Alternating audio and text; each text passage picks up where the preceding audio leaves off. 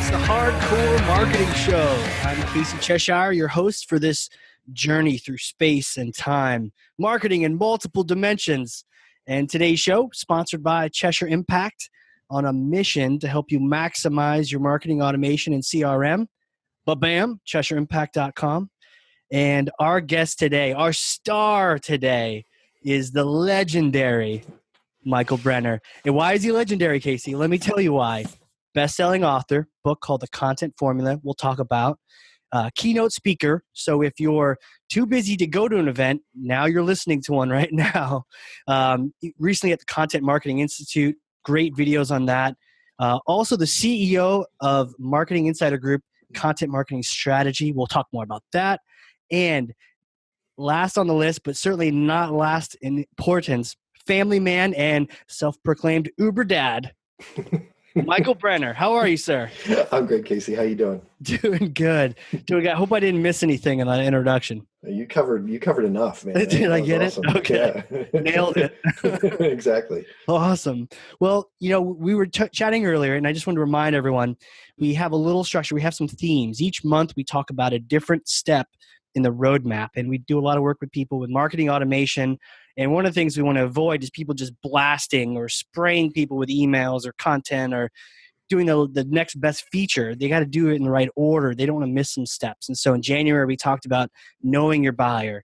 February, we talked about setting up some reporting so you can start to get some first touch ROI or just some understanding of what's working. And now we're really shifting to, it's time to start doing content marketing, the idea of gating content or not gating it, really starting to provide some value.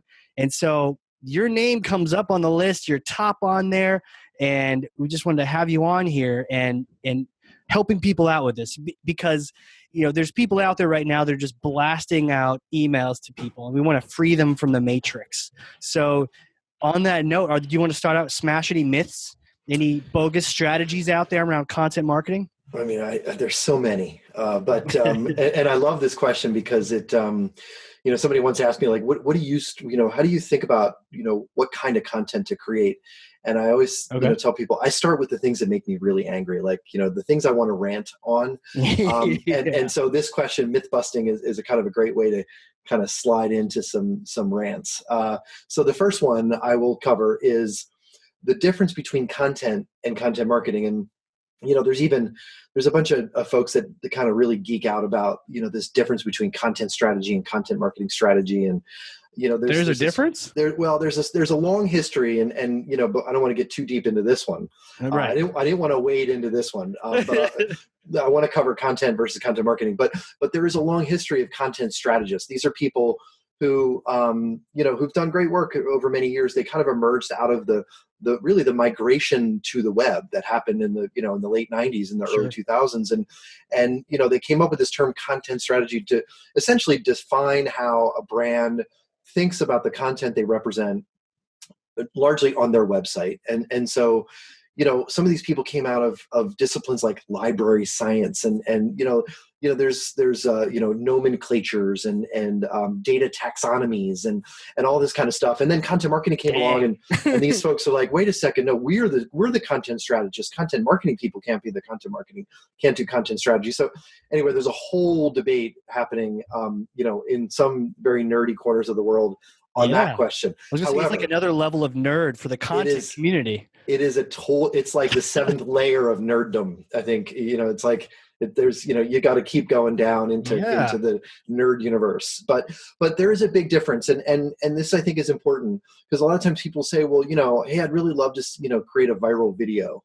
And I'm like, okay, first of all, you can't. And, at least not once, maybe if you, try something 99 times, you might stumble upon a real successful winner. But the difference between content and content marketing is it's a destination, it's a platform and a commitment. So, we often say it's brands acting like publishers or, thinking about content marketing like a publisher would, where you don't just create a thing, you create something regularly. You commit to creating it on a schedule. You commit to creating the best that you can with the resources you have. You define very closely what topic or subject matter you think you have expertise in, you have a real, relevance to be able to talk about. So the difference between content, an ebook is a piece of content. Sure. A single video is a piece of content. Your podcast is actually content marketing because you're making, yeah, man, way to go. But you're making a consistent commitment to delivering a quality, show in this case. Totally. To your audience. And so that's one of my first myths is, right. A piece of content is not content marketing. And you'd be surprised at how many people don't really understand that. And the reason it's important, getting into content marketing ROI is a piece of content almost rarely has any ROI, but a platform can, and you can measure it, right? So my blog, for example, has a consistent amount of traffic.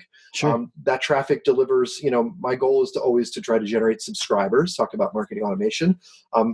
I then use marketing automation to nurture those subscribers to something that I can value, a lead or workshop registrant, an ebook download, or a client. And so, that's really the path. So having a platform is really important. It's an important distinction. So that's just one myth. I got a bunch. I mean, how many more you want me to get into? I love this. No, we're going to smash them all day. We've got gigabytes of storage on this laptop. So nice. It's a destination. It's a platform. It's a commitment. That's really cool. And it's the individual parts, not as much as the whole. That's right. Excellent. All right. What else is out there? Let's smash some stuff. No holds barred. You can swear. I'm bringing it today. I'm bringing it. So this is similar, but it's a slightly different take. And it comes from the sort of the gurus who emerged because they got onto Twitter early. It's the difference between social media and content marketing. So your Facebook page is not content marketing. Tweets that you send out are not content marketing. Interesting.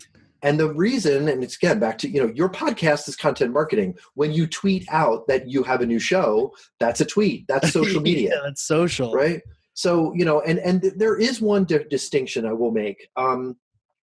There are audiences that aren't willing to, sort of interact with a brand that often. And typically you might find maybe in the high fashion world or maybe in fragrances or something, folks that really do commit to sort of being on Instagram or Pinterest or one of those kind of really visual platforms. There are some really deep consumer sort of, really superficial, I would say, consumer brands where, it might make sense for them to really commit a lot of resources to engaging on those social platforms. That's still not content marketing. That's just a way to market. It's not content marketing. Content marketing is a platform that you own. You don't own your Facebook page. You think you do, but Facebook owns it. So yes, they do. Right? They decide. That's right. That's right. Organic. They say organic reach is dead. Right. So they decide with their algorithms who sees the content that you publish. It used to be you publish it, something on Facebook, and everybody that follows you sees it. Well, now it's actually lower. The actual number of people that see a piece of content you post is lower than the click-through rate on banners. And so on a digital display banner ad on a website. Banners usually suck. I mean, that's usually the dregs of the internet, but you're saying... You said it, not me. I sometimes have said that, but I'm glad that you kind of hey, I'm here for you. So social media is not, and it's, again, I'm not saying that a piece of content is a bad thing. Pieces of content, should be part of a content marketing strategy. Sure. I'm definitely not saying social media is a bad thing. I use it every single day, multiple times a day, but I look at it as a distribution platform from the content I publish on my content marketing platform. And why? Because of the value. Content has the value. The tweets, there's not really any value to it typically. You're pointing at value, but you're not. I mean, it really just, for me, it just comes down to what it delivers. And to me, it delivers, 20% of my traffic, I think, which is better than most. Right. But, for many sites, I think the average is 5% of websites around the world. Traffic is coming from social. If you can get above 10, if you can get into double digits, that's great. I think 60% of my traffic comes from organic search. That's, why I spend a lot of time focused on SEO.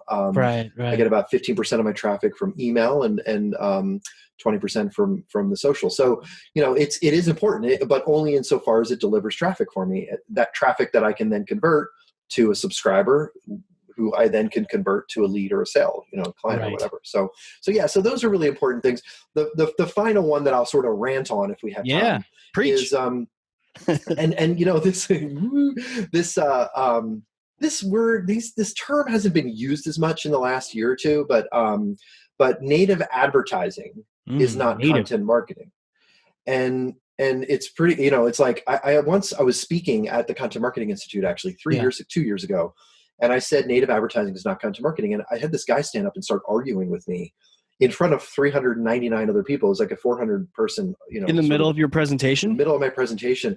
And after I tried to shut him down, the audience actually sort of shut him down and told him to leave. Sounds like a political campaign. Like, well, he was, he was an ad sales guy from a publisher. And so he was trying to protect the myth that exists. Native ads are ads.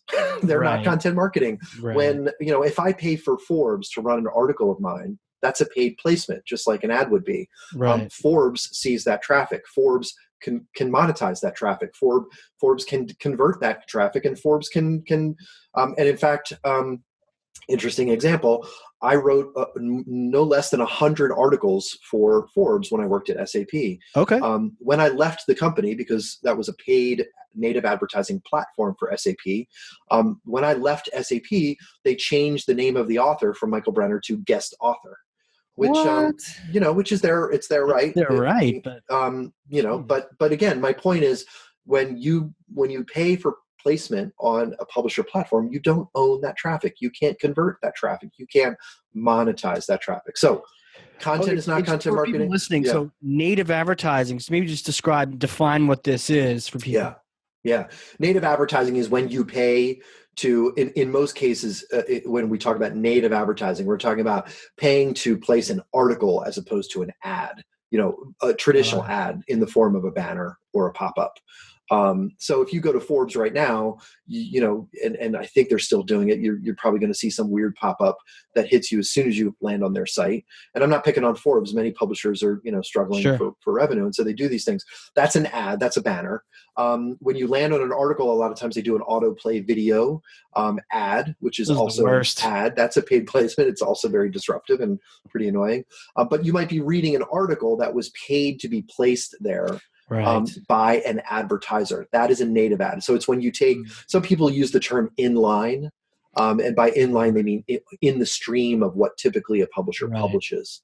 There are FTC guidelines. It's supposed to be very clearly stated that it was a paid placement. Smart advertisers are using those opportunities to present expertise and thought leadership and education, not to promote their brand. But they're paying for it, so they can do really whatever they want. That's native advertising. Got it. Paying to insert a piece of content into the normal stream of a publisher's published content. I can see how that line gets blurry. You created content, you created this article, and now you're paying for it to show up on. Hey, I'm a Forbes published article author. Well, sort of, but it's a paid placement, so it's almost like you paid for a full page ad, and that magazine didn't actually get into the magazine. So I can see how that gets blurry, but to your point, it's not content marketing, and the reason is because you can't monetize that, or you can't at least track the ROI from it. The simple rule is if you don't own it, it's not content marketing. Content marketing is what some people in the agency world refer to as owned media. Yeah. When I publish something on my website that I own, that's content marketing. When I publish something on Forbes, that's not content marketing. That's paid placement. That's a native ad. Paid placement. When I tweet something out on Twitter, it's not content marketing. I don't own the tweet. Twitter does. Yeah. Neither of those are owned. That's right. Smashed. Decimated. I hope everyone's paying attention. That's interesting because you can see how the lines can just really be blurry there between the two. Absolutely. Social and native advertising. And then again, those in-placement ads you mentioned earlier are the worst. just when you thought you were in the middle of your video, that advertiser, to tell you what, not only will I interrupt you, but I will force you in the middle of this thing you really want to watch my really crappily produced, YouTube ad or whatever it might be. I may have referred to those as the most evil creation in the history of mankind, but that's a subjective opinion. Nice.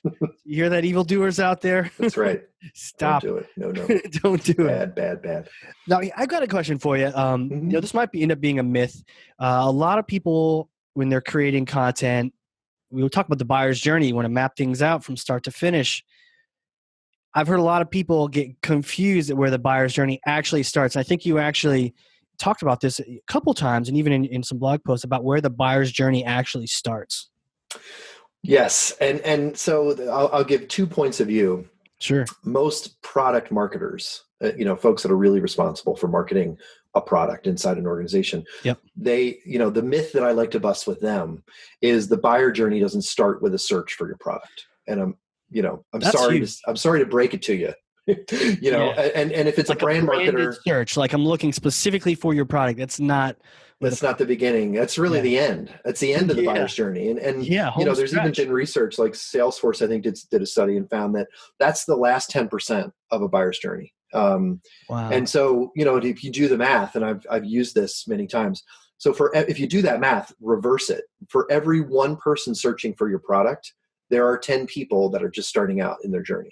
There we go. Yeah. So, think about the content you create. How much content do you create for that last step versus the first step when there are 10 times more people in the early stages?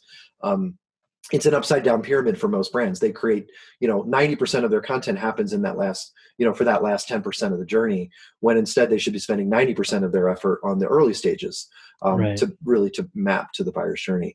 So the other side of the spectrum, you've got Google's Zero Moment of Truth, which is some great research that they did to try to identify what are the triggers that sort of push people to go on a buyer's journey. Interesting. And so, yeah, they did some interesting research. So, for example, they found that a buyer will consume on average about 20 pieces of content Huh. before they make a purchase decision in the B2B space. It's about 11 pieces of content in the consumer space, which is still a lot more. Most people think, that anything in the consumer world is pretty, it just kind of happens. They're Right. inspired and they can just kind of do it. But no, it happens, with quite a bit more consideration than people realize. So, think about something like 11 to 20 pieces of content for every buyer along the buyer journey. And that, can get pretty complicated Yeah. if you've got 12 product lines, 5 different personas or audience segments that you're trying to reach, Sure. 94 different countries, Yeah. the math gets pretty big. Languages, the geos. Exactly. So, that's the sort of the other end of the spectrum. As far as, the buyer journey doesn't start with a search for your product. It actually starts pretty early. The other thing I will say is in the digital world we live in, this is a knowable thing. Like we can use tools, and there are tools that I love, like ubersuggest.io, BuzzSumo, BuzzSumo.com, Answer the Public. These are all tools. Some of them, 2 of those are free, where you can type in the keyword. Let's say you are the manufacturer of ball bearings. Well, you could put ball bearings into any one of those tools, and it'll tell you all the questions that people ask at each stage of the buyer journey. Really? It's pretty cool. You can use Google Trends to see how many people ask those questions. Or you could just go to Google, and one of the easiest tips I have for people is just go to Google and type the keyword that represents the category of your product in, and Google autofill will tell you. Or you can go to the bottom of the page and see search suggestions at the top. Search suggestions tell you, in the digital world, the questions your buyers are asking are a knowable, measurable kind of thing. And then you can use those, that math, those analytics to define, really whether you're creating that content. Okay, so I'll take that up a notch then. So, content marketing. What are people asking? What are people asking? Yeah. Surprisingly, more people are asking, what is content marketing? I believe it. Right before you get into the nitty gritty, what is this thing even that I've been tasked with doing, or I think I'm doing? What is it? Yeah. Yeah. What is content marketing? What is digital marketing? What is email marketing? What is marketing automation? What is it? The large majority of searches that are happening on the web are people asking those simple questions. And, you talk to product people, a lot of times they'll say, oh, our buyers are educated. They already know, what, an MRI machine is if you're an MRI manufacturer. Well, guess what? There are some 28-year-olds who are just getting into medical purchasing, and they don't know what an MRI machine really is. And so, people just overestimate the intelligence. And I'm not saying that people are dumb. People overestimate the level of education that their buyers have. And they forget to answer the basic questions. The other thing too, I do this with my clients in workshops, is the buyer journey is a relatively predictable series of questions. It starts with the what. It then follows into why. So what is content marketing? Why is content marketing important? Or why should I be considering content marketing? Right. Then people get into the really deep sort of end of the pool. how do I do it? How do I effectively execute a content marketing strategy or program? Then they start looking at, okay, well, who can help me? How much would it cost? When should I start? But every buyer journey, no matter what your category is relatively predictable. What, why, how, who, when, and where. Where? It's something that simple. We can overcomplicate that. And to your It's point, those easy, 20 man. pieces of It's content, easy. you can address that in 20 pieces of content for sure. Exactly.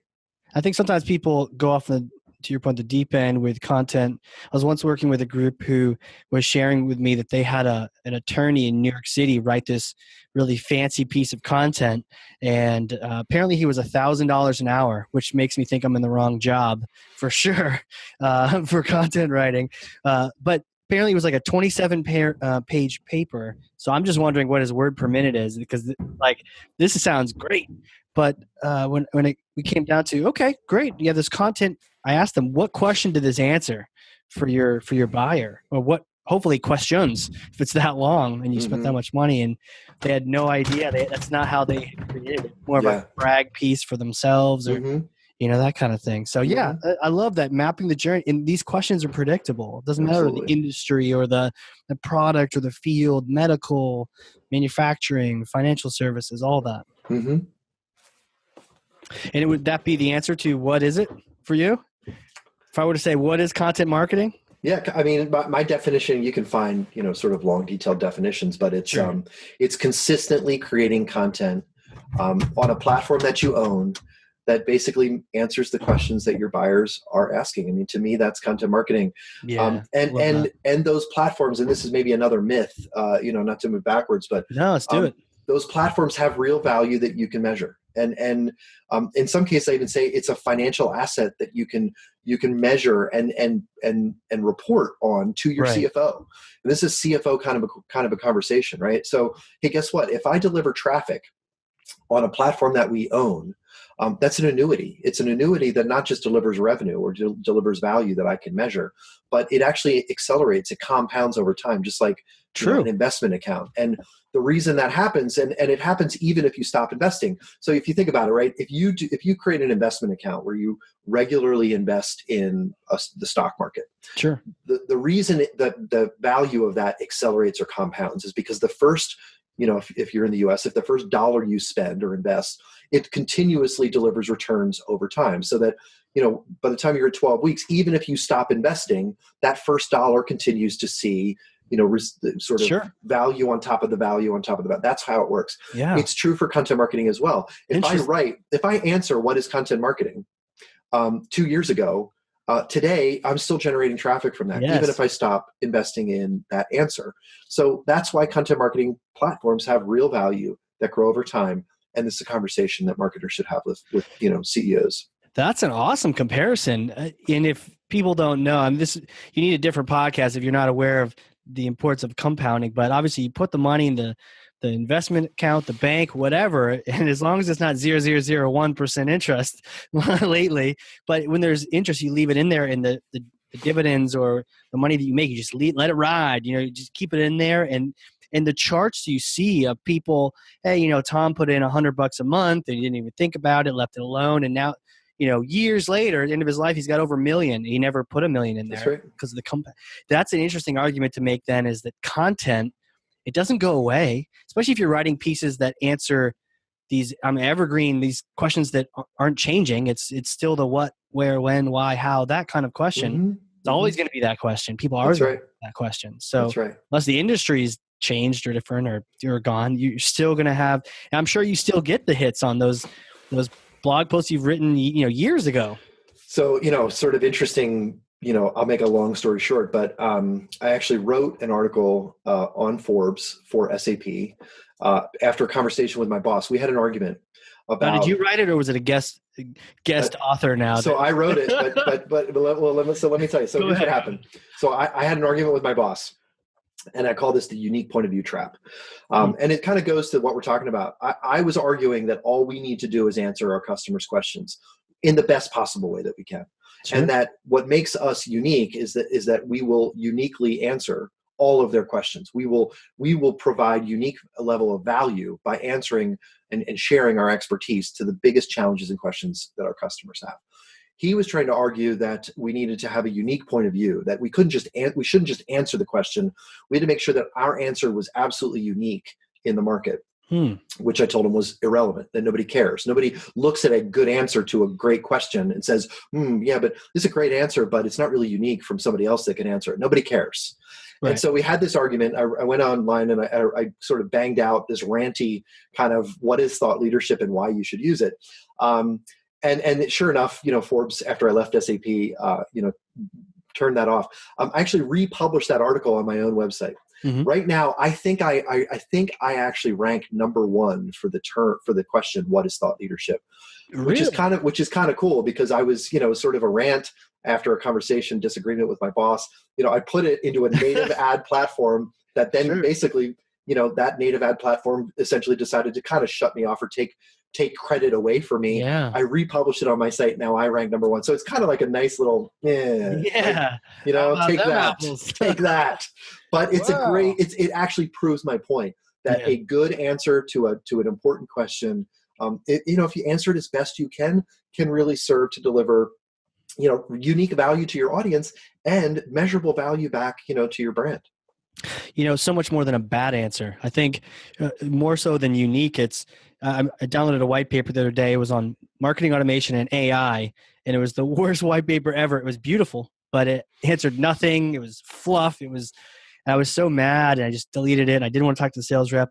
But to your point, just answering our questions, that's good enough. And I'm not going to look for someone else's answer and compiling through answers.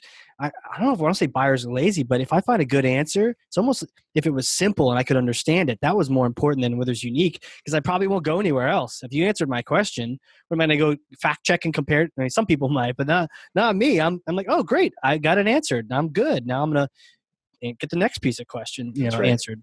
Yeah. Yeah.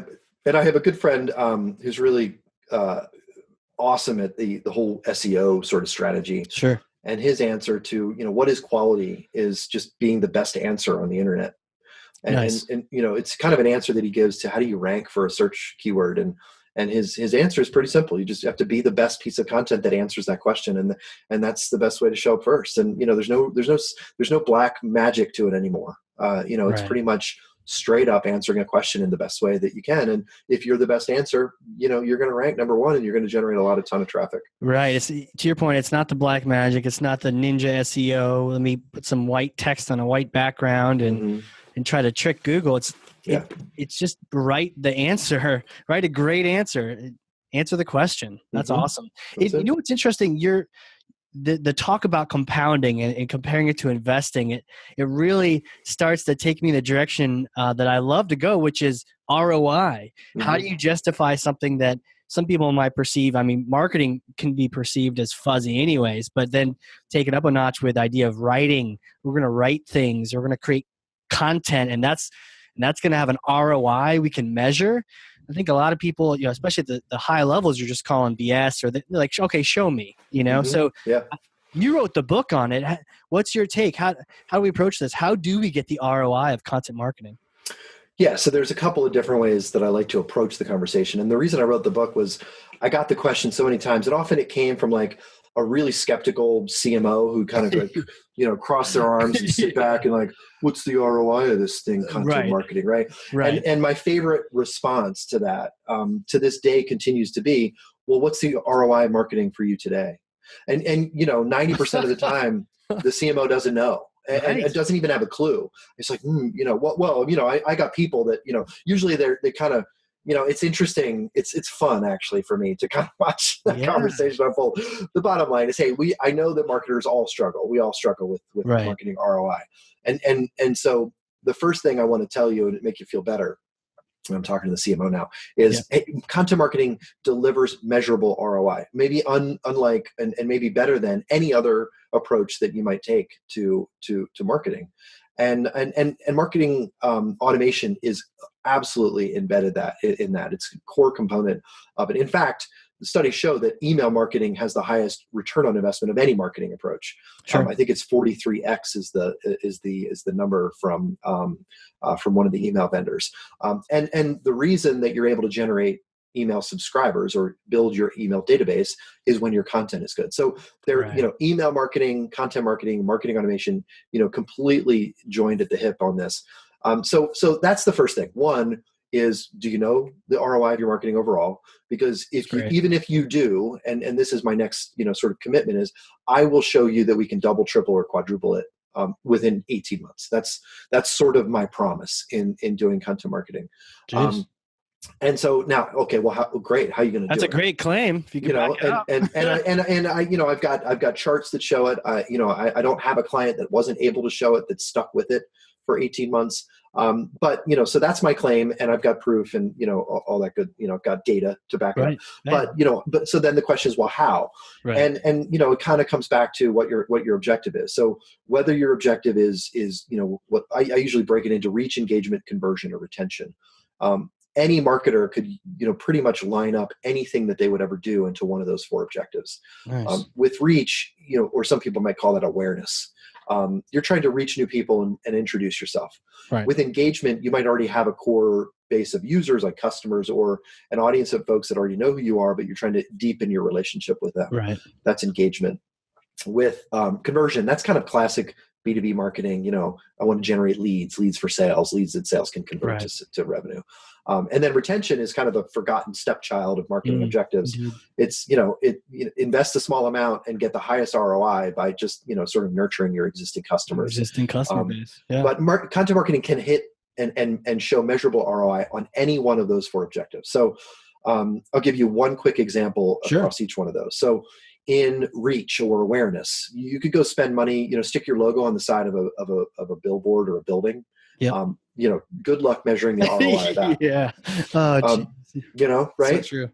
But if you invest in content marketing, guess what? I can deliver traffic. It's kind of back to that annuity. I can deliver traffic to your website that when it converts, we can use to measure the ROI. Mm-hmm. Or in a sort of an exchange kind of an approach, I can deliver traffic for your organization that you don't have to pay for, and we can use what you would have paid for it to generate the value. So, for example, at SAP in our first year, we delivered 500,000 page views to the SAP website of keywords that we had never ranked for before. Keywords, so traffic we would have never seen. Right. If we paid for that traffic with paid search, it would have been $2 a click, $2 a visit. Yeah. $2 times 500,000 visits is $1 million in value. Yeah. Now, I never went to the CEO with that number because it's a little bit mushy, right? It's like, hey, I generated traffic and I used some funny math to say it's worth $1 million. I never went to the CEO with that argument, but I did go to the CMO with that. And said, hey, I'm not saying I saved you $1 million because you could say maybe you weren't going to invest in that anyway, but this traffic has real value. Give me the next 6 months. This is at the end of the year. Give me the next 6 months to really show you the conversions. So that's reach. Yeah.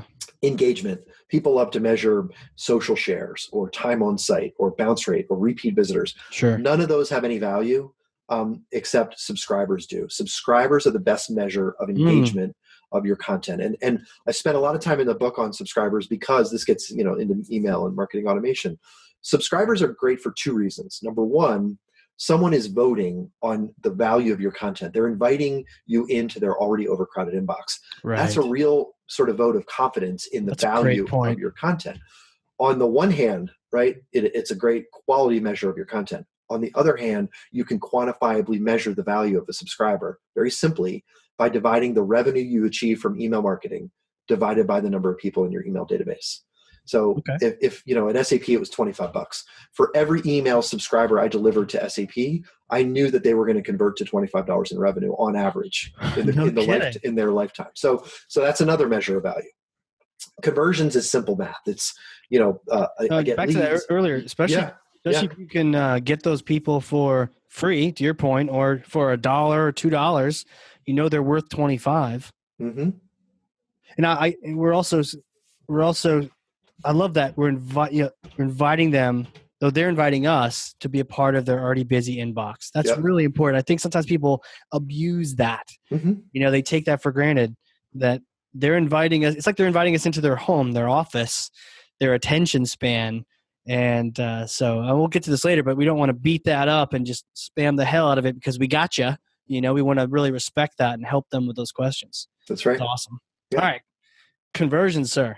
Yeah. So conversion is pretty simple math. And, I spent a lot of time at SAP kind of, and other clients, going through what some people call the waterfall or the funnel. But it's, pretty much you get people in the top of the funnel. They're not leads. They're sort of registrants or inquiries in many cases, names, right? Those names often convert at a very low rate to lead. I think the average in B2B marketers is 3%. So if you get 100 folks to, attend your webinar or download a white paper, 97% of those are not ready to buy right now. Right. 3% might be. And you should have an ability or a mechanism to identify those 3%. Then there's, pretty straight math that happens from there. And so you've got a lead, what some people might call a marketing qualified lead. Then you got to hand it over to sales. So there's, how many of those leads are accepted by sales even to call on? Usually it's something like 50%. How many of those leads then are qualified by sales? Usually it's something like 25%. How many of those then convert to an actual opportunity? Usually it's something like 50%. How many of those convert to an actual sale? Usually it's 25%. So, there are benchmarks at each one of these, stages of the funnel. But that's pretty straight conversion. So at SAP, if you do the math, when we did the math, we found that we had 1,000 actual marketing qualified leads delivered from the platform. And those leads generated about $250,000 worth of revenue. So, average sale price at SAP was $80,000. So it was really only like 3 or 4 actual clients that came out of those 1,000 leads. Well, that's all you need if it's that expensive. but that $250,000 in revenue was more than we were spending in content. So the ROI was definitely there in just the first year. Got it. And then retention's actually a fun one. Once, you think about content and if you think about your customers in 2 sort of buckets, the engaged and the non-engaged. And so, like, for example, I had a client who's in the insurance industry and they created a lot of content for their sort of end users. And what they found was that the folks that were customers that were engaged in their content spent 2 times more and stayed 3 times longer. And so, yes, exactly. And so you can improve your churn, you can increase your upsells, you can increase your retention rate. But you have to do it by looking at, your current customers, looking at them segmented into 2 audiences, the engaged in your content versus not engaged. And if you have their email addresses as a subscriber, it's pretty easy to figure that out. You can kind of cross-reference your content subscribers with your customer database and then start to look at the math, the values there, and, lifetime value, retention rate, cross-sell, upsell, whatever the metric is. But, it's one of my favorite objectives to really talk to clients about because there's so much upside potential. Geez, the fact that they stay longer, I think sometimes people forget, and you mentioned this, the cost of acquiring a new customer, it's so much higher than simply, selling or keeping an existing customer. So you're right. It's long forgotten that the retention side can make that much more ROI than all the other ones combined. Of course, you got to keep feeding the new machine, but at the same time, keep things in there longer. Yeah. The other thing that's interesting with retention, and again, I'm kind of geeking out because I love talking about this stuff, but Bain says a 5% investment in retention delivers a 95%, increase in return on investment. Jeez. What's interesting for me is when I looked at the data for a lot of different clients, it's actually early stage buyer content for one audience is the trigger for another audience. So here's what I mean by that. Interesting. Like, for example, at SAP, we had a lot of ERP clients. Sure. Now, SAP also sold CRM and human capital management, like HR solutions. And so what we found was that ERP customers that engaged with leadership and management and HR type content, well, that was interesting. Why would they do that? Oh, guess what? They're interested in HCM solutions that we sell. So early stage content for one audience is often the thing that drives conversion in an existing customer base. So it's interesting because you might think, oh, retention content is where you really have to get deep. No, it's actually the early stage content that you might be creating for another product line that's interesting and surprisingly interesting for your other audiences. So, a lot of people think they need to segment their audiences or have separate platforms. We were shocked that when we saw at SAP that this HR leadership management kind of content was the most popular. And the reason it was the most popular is because it was relevant to all of our audiences. So, so really resist that urge to overly segment your audiences when it comes to content marketing platforms, because there are surprising insights when it comes to retention. What triggers an upsell or a cross sell is often early stage content from separate audiences or segments. That's so interesting, because sometimes we think, oh, well, they're so advanced. I gotta get them something super nerdy, super techie, detailed, the next level. But maybe not. In this case, it's actually easy content, no brainer content that's for an audience for the other tool. Very interesting. They already trust you because they work with you on one tool, and now there's another tool they might be interested in. That's interesting, especially if you're building, upsell, cross sell. Just use that other content to start with. That's really cool. Yep. Boom. And Bain, 5% invested in retention is a 95% return. 95% increase in return in ROI. That's right. Crazy. Dang. Yep. Dang, 5%. Jeez. That's all it takes. I got another 5% for you. A 5% decrease in hydration is increase in hydration is a 30% increase in energy, and vice versa. You lose 5% hydration, you lose 30% energy. Crazy. Interesting. Hence having water for podcasts. That's right. That's right. Wow. Well, this is cool. So you wrote this book. So the book, people can get this on Amazon, right? Yeah. The content formula.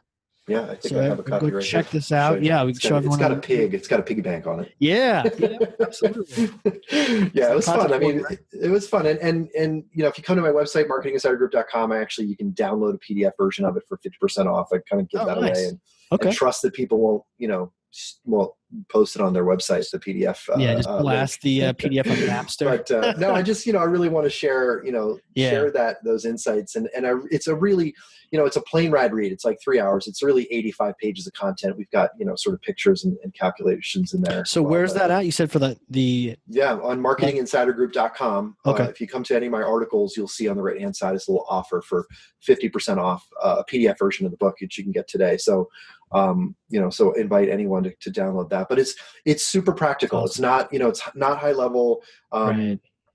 Inspirational kind of stuff. It's like, hey, you want to measure the ROI of content marketing? All right, put your money where your mouth is. Here are 10 formulas and calculations that you can use today to start measuring the return on investment. Not fuzzy math, not vanity metrics, not page views and social shares, the actual value of your content marketing efforts.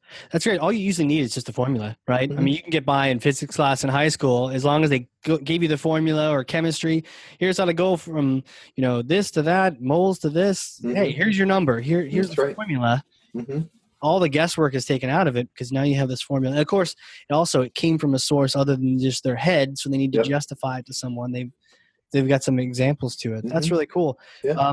And I know that book, you said that came from people just asking you the question about ROI over and over again. Yeah. And you mentioned you created a slide deck initially. Yeah. So, I mean, at the time I was working for a content marketing company, technology vendor, and I hired somebody on my team as a strategist. And we were getting this question from CMOs and senior marketers so often that we said, screw it. We're going to create the definitive, webinar on how to measure the ROI of content marketing. Like, I don't want to hear this question again, was kind of our motivation. And, and so we came up with a structure. And so I kind of came up with that reach, engage, convert, retain structure. Yeah. And we talked about the different levers, as I call them, that you could pull. And, we even talked about some of the basics of, well, what is ROI? People throw that word out, but they don't really know that it's a math calculation. That's true. Revenue minus investment divided by investment. You have to know what your investment is before you can do the calculation. You need to track the revenue before you can do the calculation. So what's the ROI of your banner on a billboard? Good luck figuring out the revenue. You probably know the investment, or, a lot of times marketers don't even know what they're spending in certain areas. So, so we broke the book into, or we broke the webinar into, define the business case for doing content marketing. It's to increase ROI, figure out how to secure the budget. And oftentimes that means taking money away from underperforming or non-ROI producing marketing activities. And then we got into the 10 calculations. So we created this webinar, 220 slides. 1,000 people showed up. And hold on, that's a lot of people to show up at a webinar.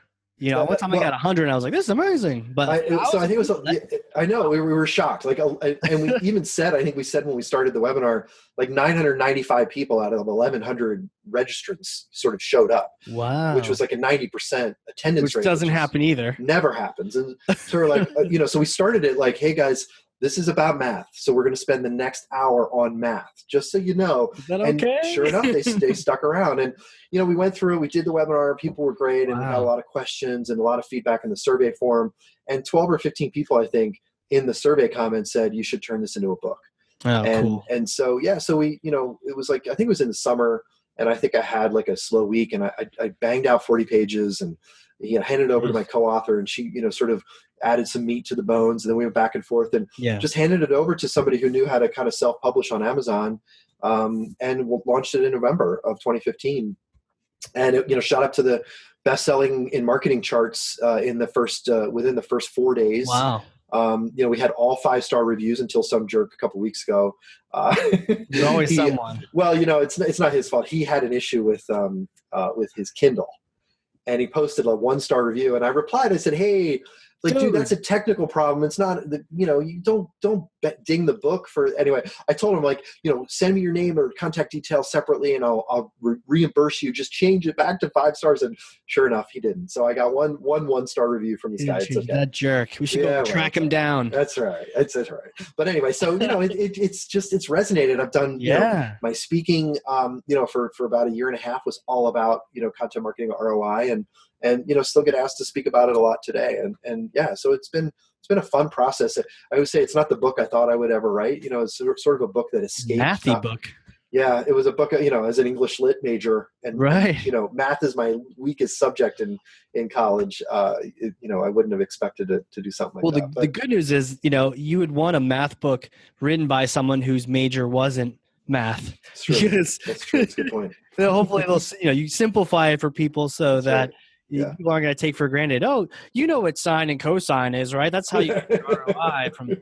Man, please skip that. Yeah, it's definitely simple math, no trigonometry or calculus required. Oh man, that is cool. And so you self-publish that, and I think you were saying earlier you recommend that in terms of not necessarily a need for a big publisher. You just want to get the content out to people. Yeah, I mean, I know a lot of folks that publish through traditional publishers, and sure. I understand some reasons for doing that, and I think I mentioned to you the other day, it was not an ego thing for us. And, right. And, we weren't looking to be taught in college classrooms or, anything like that. But yeah, it was the quickest way to get the book out there. Traditional publishing could take 20, up to 12 months, after you actually have the manuscript, sometimes 9 to 12 months. And, Jeez. We basically went from webinar to book in less than 6. And, from concept to publish in less than 6 months. And so, so I recommend that. I decided to start working on my next book just earlier this month, and hoping to publish that by November as well. So again, super secret topic or any teasers on it? It's an interesting one. So, again, I'm not trying to plug it, but yeah. One of the things that I found that's really interesting, it's going to sound like a leap, but it's a book about leadership and a book about culture. And you're like, well, what the heck do you know about leadership and culture? And so what I'm finding is that while CMOs often ask the challenging question, where's the ROI? What they actually lack, because I answered the question, I answered that with the book. You did, right. And then what I found was that CMOs, oftentimes are still a little skeptical. And so what I found is that what's lacking is a culture of empathy, a culture of a true focus on customer experience or customer centricity. And, many companies, the culture it's a sort of I call it the natural business instinct, is to promote yourself. In the world that we live in, that's the easiest way to be ignored. Yes. And so, basically it's a book about building a culture of empathy is the only way to not just be successful in marketing, but to be successful as a business, to grow your business, to create an environment employees want to come work at, and retain. Talented employees, and to deliver growth in your customer base. And so it's kind of a book about marketing, but it's really a book about leadership and culture. Well, it sounds like you're seeing there's a problem beneath the problem, right? In a culture of, I'm thinking a culture of accountability, a culture of that discipline, and some of the other folks were talking, Jim Lenskold and a few others, you need a culture of discipline to actually do the measurement, or to be able to say, okay, this experiment is working or isn't working, or this is how we're going to change it, not just like the political culture where everything has to be green or I get fired. So I think you're hitting on the fact that, yeah, I can give you all the formulas in the world, but there's this other element to it. If your company doesn't have the ability to be honest about what the numbers are saying so you can improve and iterate on it, then I can give you all the formulas in the world and it doesn't even matter. That's interesting. That's right. Yeah. Yeah. And and a quick funny example, I had a client a couple weeks ago who, to try to anonymize them, they invented a whiz bang machine. I'm just going to make that up. Cool. Like a Voltron machine with the card, and it was a whiz bang machine. It was a laser that it turns things that are blue green. Yes. I don't know. I like that. It's magical. But they invented it, years and years ago. And when you search what is a whiz bang machine, they don't show up. And so I was having a conversation with their CMO, who's, he's like, we're the authority on whiz bang machines. We invented the whiz bang machine. I was like, well, that's interesting because Google tells me that you're not the authority. Yeah. You don't even answer the question, what is a whiz bang machine? In fact, your competitors all answer that question. There are anonymous people that I've never heard of that answer that question, but you don't answer that question. And that is a sin. That's a crime. And therefore I am telling you, are not an authority on this topic, even though you invented the thing. So it's a simple commitment to answering the questions to sharing your expertise, not just talking about what you sell. And that's a real culture change for a lot of folks. Yeah. A lot of folks out there. It's the simple questions too. I think we overestimate to your point, the level of questions that people are asking may not be the complicated thing. It's as simple as this, or I'm even thinking of my own content. What is marketing automation? Or what's the most, it's some of these basics that people want to just, to your point, the what and the why is it important? Those type of things. Yeah. You can skip those. Interesting. Yeah. Yeah. And it just as a great example, the last, I guess I'm in the midst of kind of every few months, every 6 months or 9 months or so, I recommit to answering the basic questions. And so I'm in the midst of, 2 weeks ago, I answered, what is the difference between a content marketing strategy and a plan? Last week I did, how do you select a content marketing agency? And I try, in that answer, obviously I'm like, I hope you select me, but I'm really trying to be helpful. And I sort of slip that in a subtle way, but really try to answer like, hey, if you're looking for one, here are the things you should ask. And I had a great comment from another competitive content marketing agency who said, hey, your article was great and it really hurt because we don't do a lot of the things that you're talking about here. Right. We're going to rethink our mission. And I was like, I think I accomplished what I was trying to do there. So yeah, we have to recommit, to doing that, but it's a simple thing. I guess my one call to action for all of your listeners is just go out there and answer 5 to 10 of the most basic questions that your audience is asking, your customers might be asking. Don't overestimate their education level or intelligence, and just share your expertise. The top 5 or 10 questions, publish something that answers those questions once a week or once a month for the next 5 to 10 months. And, you're going to see traffic. You're going to see value from that exercise. That's so important. And how often do you recommit to, you said going back to or re-answering the basics? You said every 18 months or so? Or No, I try to go back to the basics every 6 or 9 months. And sometimes, interestingly enough, I republish the things. I go back and I find my answer from, a year ago. And I'm like, what? This answer is still pretty relevant. And interestingly, I actually just republish them. So for example, the what is thought leadership and why you should use it. Yeah. I was going to, I ranked number 1, I think I said, for that term. Yeah. And I thought, I've answered like, what's thought leadership and why you should use it? What's thought leadership and when you should use it? What's thought leadership and how you should use it? And I went back and I was going to, maybe I should answer the what is question again. And I found that original article still, I think, resonated the best for me. Right. I just republished it. So it looks like a new article on my site from a couple weeks ago. It's really 3 years old from when I worked at SAP and I had an argument with my boss. Yeah. And it started on Forbes. So anyway, sometimes it just means republishing. And keep the same URL so Google's happy. That's right. That's cool. I circled that 1,000,000 times, just going, answering the 5 to 10 basic questions. And if I had a whole group of people and I had them raise their hands, or if you've done this at, any of your presentations, I bet you there wouldn't be that many people that have actually done something as simple as that they probably are overthinking it, you know? Yeah. And it's a great, just a soul searching question. Like I said, with the whiz bang manufacturer, I just started, you invented this thing and you don't answer what it is anywhere on your website. Did they take your advice or Yeah. Yeah. fixing it? Okay. So they're on their way to we're working on it. Actually being the expert in their own invention. Exactly. Which is so huge. So exactly. This is cool. Look, you've been in Forbes. I know we chatted you all these different places, all these different this content. I think you're going to speak at the Marketing Nation Summit coming up. Marketo's Marketing Nation, absolutely. Yep.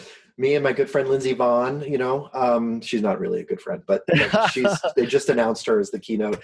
I can't wait to get on the stage, and I am going to talk a little bit about culture there, and their theme is the fearless marketer.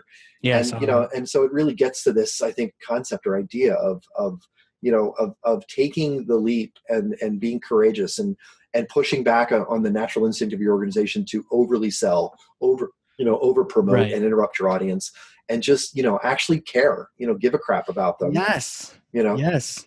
Now, have you been able to blend? I mean, that's probably part built into the culture of your marketing insider group, right? Just that culture of empathy and caring. I mean, I give up and give away so much content. And, every once in a while somebody reaches out like, oh, you don't optimize your website for conversion. I'm like, I know. I mean, I don't have, at least currently, I don't have any advertising on the site. And, I mean, if Google showed up and said, hey, we want to give you $1 million, I'd probably take it. But the point is, I try to almost over index on just sharing, and my mission is just to share my expertise and the life lessons that I've learned as a 25-year marketer. And I hope that I generate some business from it. It's just kind of, secondary. For sure. One of the core values at Cheshire, our own company, is we care, and it's funny. We put that in there because we realized there's a lot of, apathy out there. Mm-hmm. When did we stop caring about clients actually wanting to be successful? Or each other, or our families or communities. Just, I don't care. I'll just, go through the motions, grind this thing, or even the team themselves. Let's just grind through people and spit out some work for clients we don't care about. I mean, that's a horrible. Life's too short to live in a machine like that. That's right. That's right. So where did you come from? You've SAP. How did you get all this? Well, let's see. I mean, my mom and my dad, they met. No, you don't want to go there.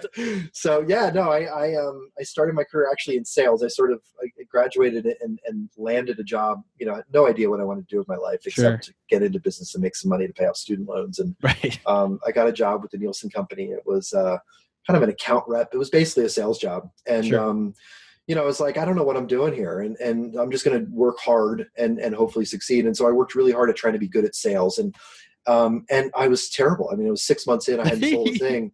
Yeah. And then I realized, like, well, you know what? I've got these accounts that have real problems, and why don't I just commit to helping them? And maybe that means I sell something, but and it, like, within the next 6 months, I was actually the number 2 salesperson in the country in the whole company.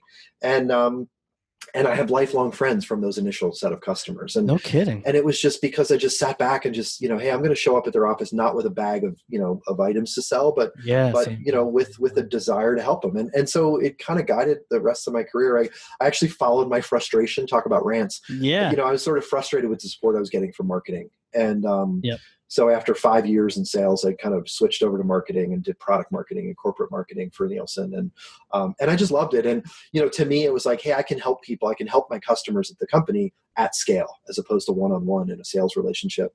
And kind of got into marketing, never looked back after that. I was a CMO for a couple startups after that. So I always tell people I learned how to do marketing without a budget. That's important.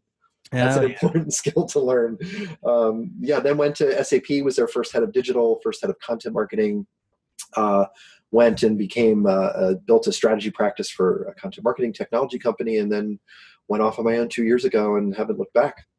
That background of having a little bit of sales in there, I was sort of the opposite, did a lot of other goofy things and then marketing and then some sales. But I find it's those crossovers where you really gain a lot of information. I recommend it to people. If you're in marketing, do a little sales, even on the side. If you're in sales, do a little marketing, or to your point, go that extra step to try to actually help people out, learn a little bit more about the other side. Because oftentimes you get that marketing versus sales thing, which is just crazy. It's, it's, to your point, bad culture. Someone's not aligned, process is not aligned. But it's so helpful to have seen or been responsible for what the other group is doing to understand what's happening. But to your point, and I can see how you, even early on, you were reflecting back of, let me just help out the customer. I just want you to, and people, to your point, people tune people out if they're self-serving, they're tweeting all about themselves, or they're trying to sell you their thing. You're like, mute, silence. I don't see you anymore. But people can sense when you're just there to help people. You're not really, am I really here to sell? Even we were talking earlier before the show, I'm asking you about the book and the website, and you're like, I'm not really here to sell anything. I was like, awesome. Let me do it for you. So everyone listening, go get the freaking book.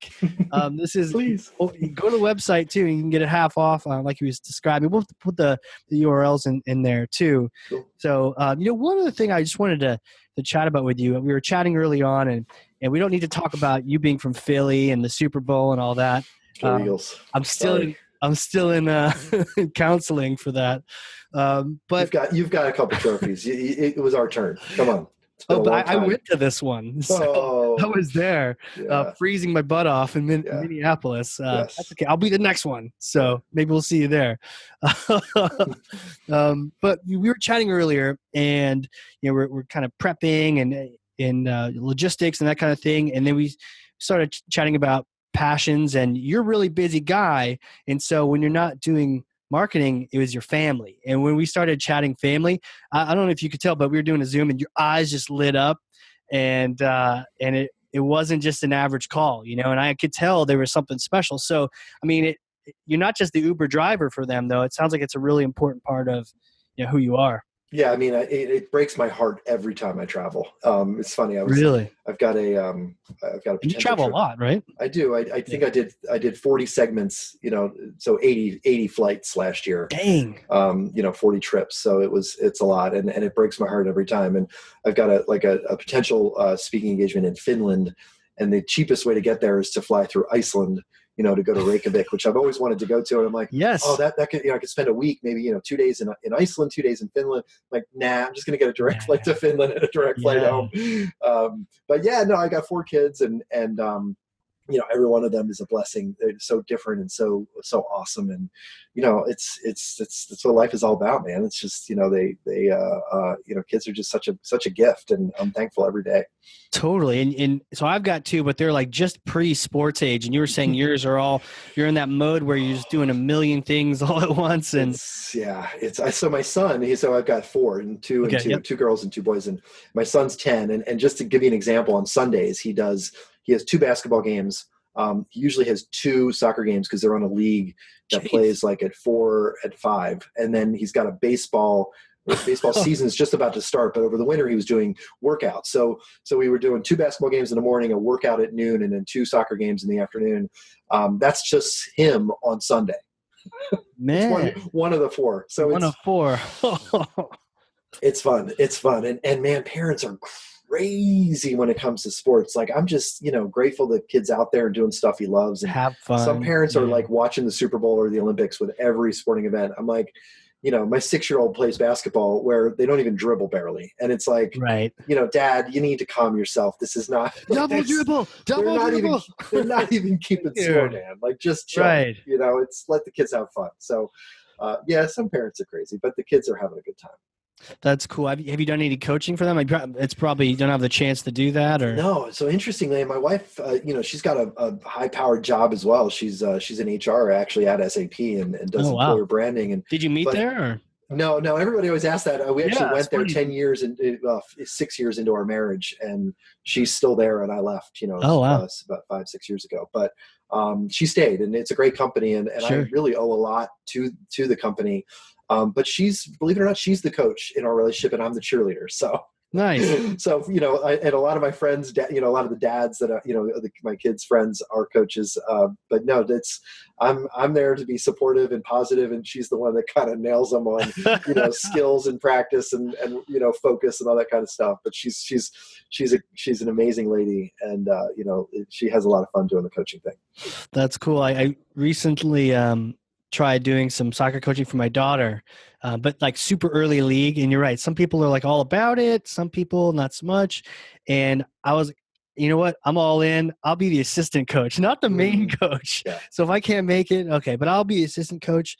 And one of the things I learned from, I don't know, just a friend of the family, it was about playing pirate soccer, where your kids are dribbling around and then you call out something like, fire the cannons, and they all shoot their soccer balls in one direction, or pirate attack, and you go try to steal their ball, and just these little metaphors. And you have these tiny little kids just doing their thing, and all of a sudden you're like, pirate attack, and they all start screaming, and they all start running away from you.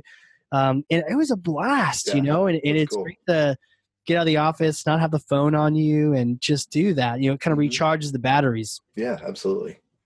But I will say my wife is similar in that we go to a hockey game. She knows what's going on. She's from Vermont. So we go to a hockey game and somebody on the Bruins messes up. She's calling them out on it from 9 rows up. And, right. And I'm just like, wow. Yeah. Yeah, definitely. It's great. Well, awesome. This has been great just to, chat and get some real nuggets on content marketing.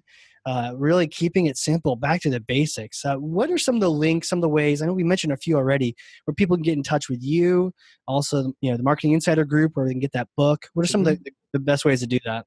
Yeah, so my website is marketinginsidergroup.com. So feel free to come check it out. You'll see, hopefully some valuable content. If you have some of these kind of content marketing questions, you'll find some answers for sure on there. On Twitter @BrennerMichael. So, big fan of using the Twitter platform to share, mostly other people's content. I have a kind of a 9-1-1 rule there. I try to share 9 pieces of other people's content for every one of my own. Really? Yeah.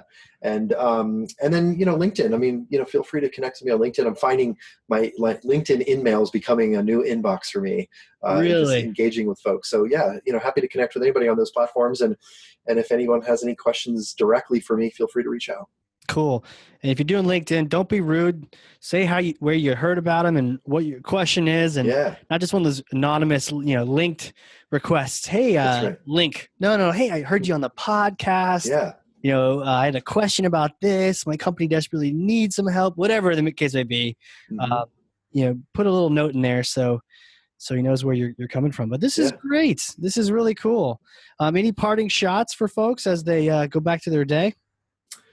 No, just seek to answer your customers' questions or commit to putting your customers first, or asking, do we really need to create this piece of promotional content? Answer your customers' biggest questions and challenges and concerns, and you're well on your way, I think, to success and growth in marketing. I love that. Keeping it simple.